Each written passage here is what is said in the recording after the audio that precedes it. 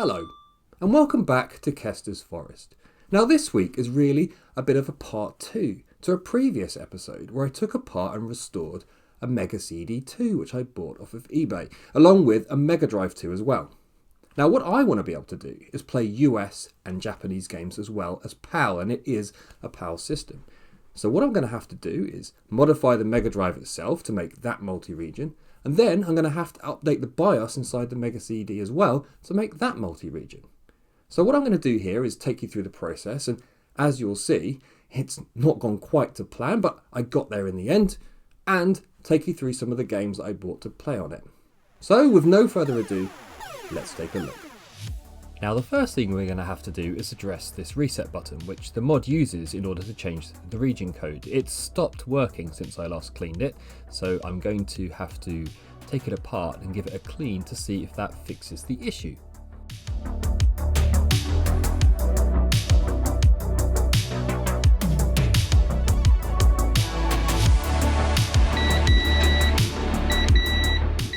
So we're getting continuity now when I bridge these two contact points. That implies that it's working, but when I put the rubber cap back on, nothing. So I'm giving it another clean, this time a bit more harshly with the Dremel, and yet still nothing is happening, even though I've cleaned the rubber cap itself. So I started to wonder actually perhaps if it doesn't need to have full continuity at all. So putting the rubber back in, which is a bit fiddly as you can see, I had to bend the plastic back and then flatten it back down again. I'm going to actually just plug it back in and see if cleaning it has done the job. Now what you're seeing here is the limit to my knowledge. Something is happening. The resistance is changing when I press it, so this implies that perhaps it's working after all, and yes, it is. So regardless, the cleaning did help, and now we're back in business. So it's time to move on to the mod. Now I got this from eBay, and I'll put the link in the description below, but you can see this has actually got a website as well, retroupgrades.co.uk. And when you order this, you get instructions here for the various components. Now the chip itself is broken out onto this little board here, which includes all the resistors and caps that you actually need, all handily fitted, and shows you exactly where to put the wires. So what I'm going to do now is start by cutting this trace here and then bypassing the signal from the chip.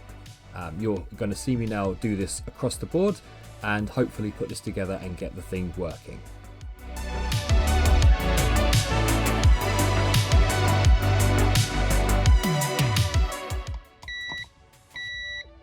Now what you're seeing here is me testing that I've actually managed to successfully cut the trace. There is continuity between the chip and the first point, but it's no longer connecting to the via. So that's all good. We can go ahead and flux this up, tin it up, and attach the first wire.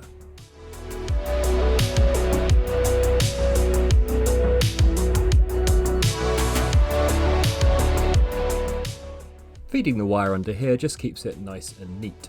So I'm going to attach it here and then test to see if there's continuity between these 2 points. No, there isn't. And continuity here, yes, there is. And that's exactly what we need. And now we just need to do the rest of the points on the board as per the instructions.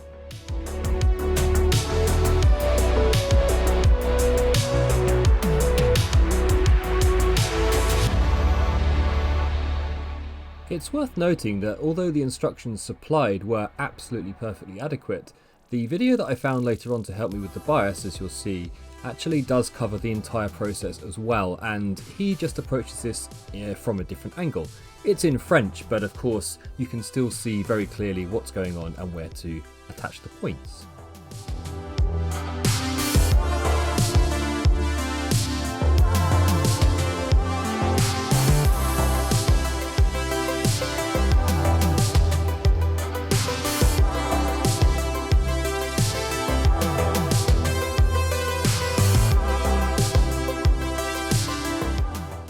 And that's the last one on the Mega Drive itself, so it's time to tin up the breakout board and connect them to the other end.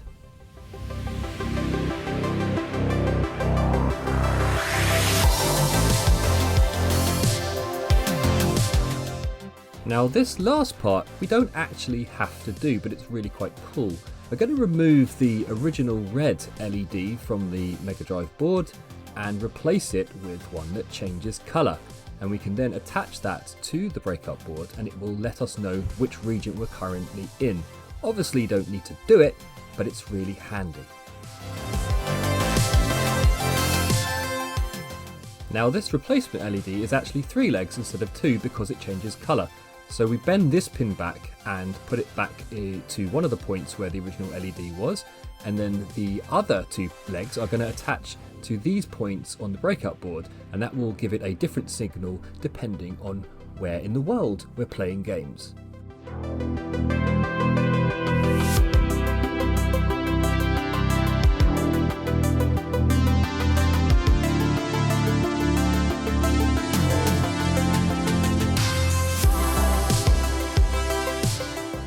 Okay, let's see if it's worked. Now the reset button will continue to work as usual, but if you hold it down for 3 seconds, it will then cycle through the different regions, and then you let go when you found the one you want. So I've just let go here on Japanese, and you can see that it's worked, but the screen has turned grey, and this is because this Mega Drive won't support NTSC through the AV cables. So if we swap these for some RGB cables, this will actually now play in the correct colour and will switch nicely between regions. Switching it to PAL then, you can hear the difference. It's slowed right down, and this is how we played it in the old days. I'm going to switch it back now.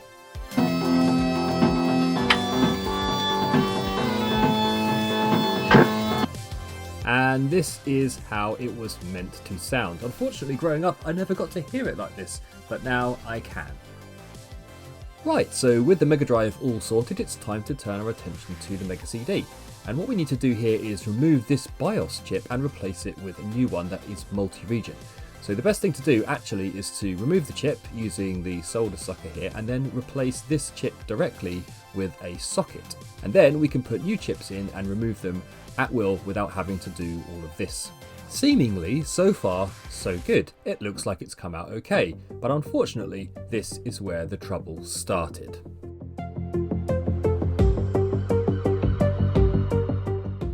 Now looking at the chip, it seems to have come out okay. It's a bit messy with flux, but I don't think I've torn any traces.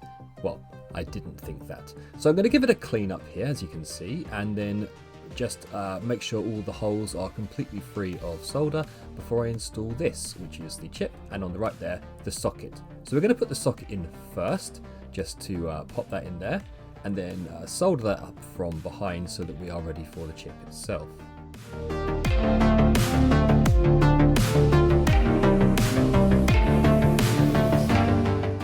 How easy does it? I'm just gently applying as even a pressure as I possibly can and making sure it's firmly seated.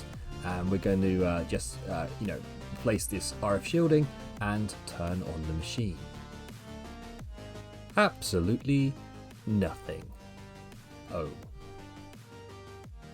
Now at this point I don't really know what I've done wrong at all, but I thought, don't panic, I'm going to contact the seller and see if he has any advice. And he suggested that maybe I have broken a few traces, which I thought maybe I'd done, but it did seem fine. And what he did was he sent me this diagram here. Now this was created by another user whose website I have linked down in the description below, and I'm very grateful to them as well. And it really helped me actually then to sort of troubleshoot and find out exactly what might have gone wrong. What I'm going to do is I'm going to follow each and every one of these pins to their respective points and see if any of the traces have been broken by testing continuity. And lo and behold, I did actually find a couple that were. Now I've got my multimeter in continuity mode now, and as you can see, these 2 points should be connecting and there's no beep. And same for these 2. But if I move over to here, then we have connection. So these 2 need to be wired up.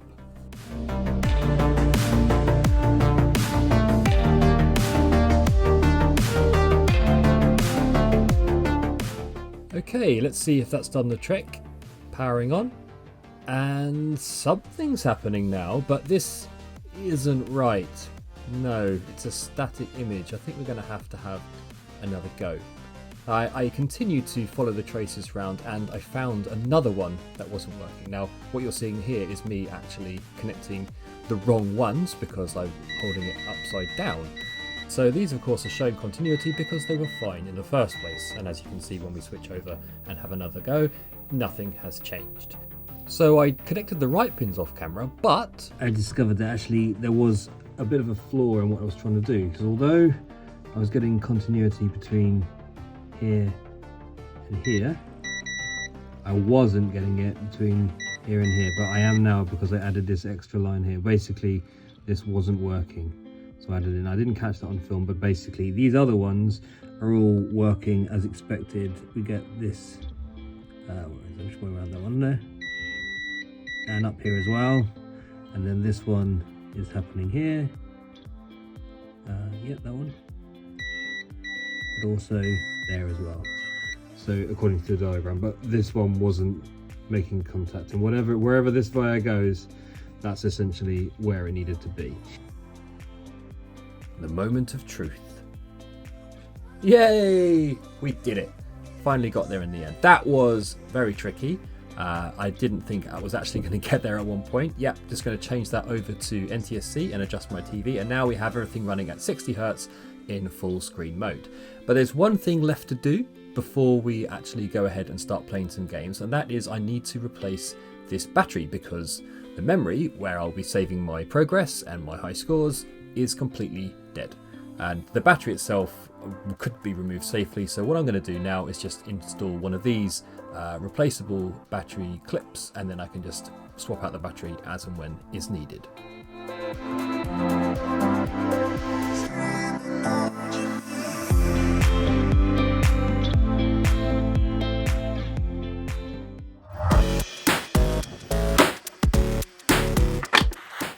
Okay, let's get down to business. Now this game is a game I have been looking forward to playing for about 25 years, and it is of course Snatcher. But before I can do that, I'm going to have to format the memory in the MegaCD because, you know, we replaced the battery and now the RAM needs to be reset. So I'm just going to do that, and when I reboot the game, we should be good to go.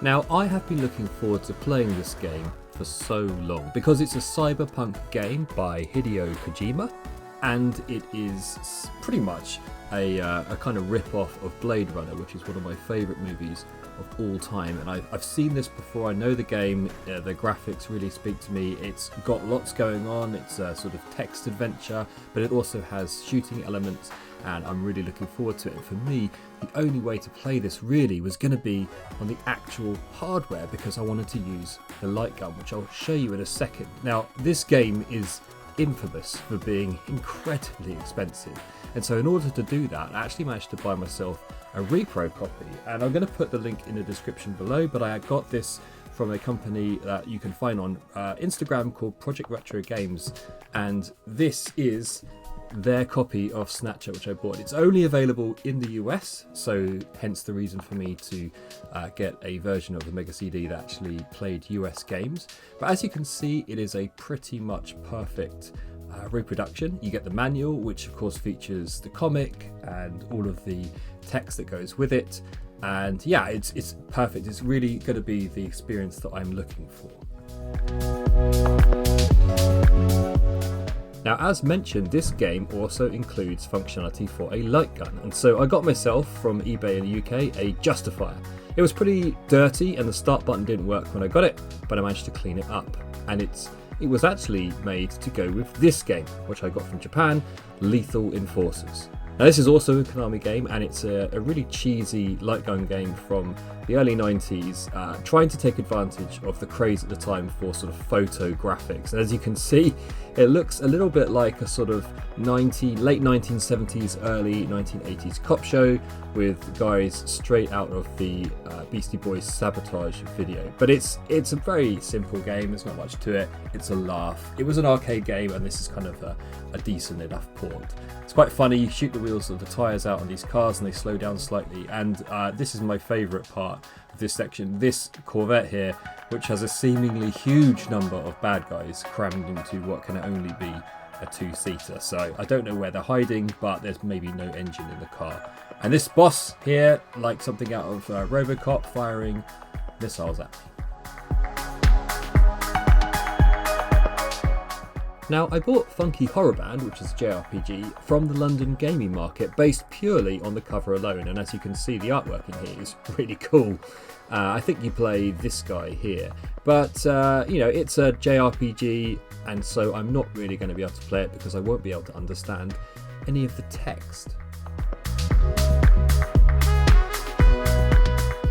But we're looking at the intro here, and you get introduced to the Funky Horror Band, who look like a pretty cool bunch, interesting looking, very Japanese this, and this is the hero of the game, I think. Yeah, that's you. So, you know, we can have a look and I can start the game, but really, as you can see, I can maybe make my way through it with a bit of a text translator on my phone, but I'm going to struggle. I don't think I'm going to play this, but I'm kind of glad to have it in the collection. It's a bit of fun. Surprise! Yeah, I got this. I mean, I pretty much wanted the MegaCD for two games, this and Snatcher, so I had to have it. This is the PAL version, and you can actually play it at 60 Hz if you change it after the game has started. I tried booting it that way, and it seems to get stuck after a couple of the load screens, so just a little tip there. But yeah, this is a lot of fun. The drive, basically it's the same game as the Mega Drive game, but with these additional driving scenes. So I'm absolutely loving this game. Just the atmosphere alone takes me right back to my childhood. I just kinda had to have it.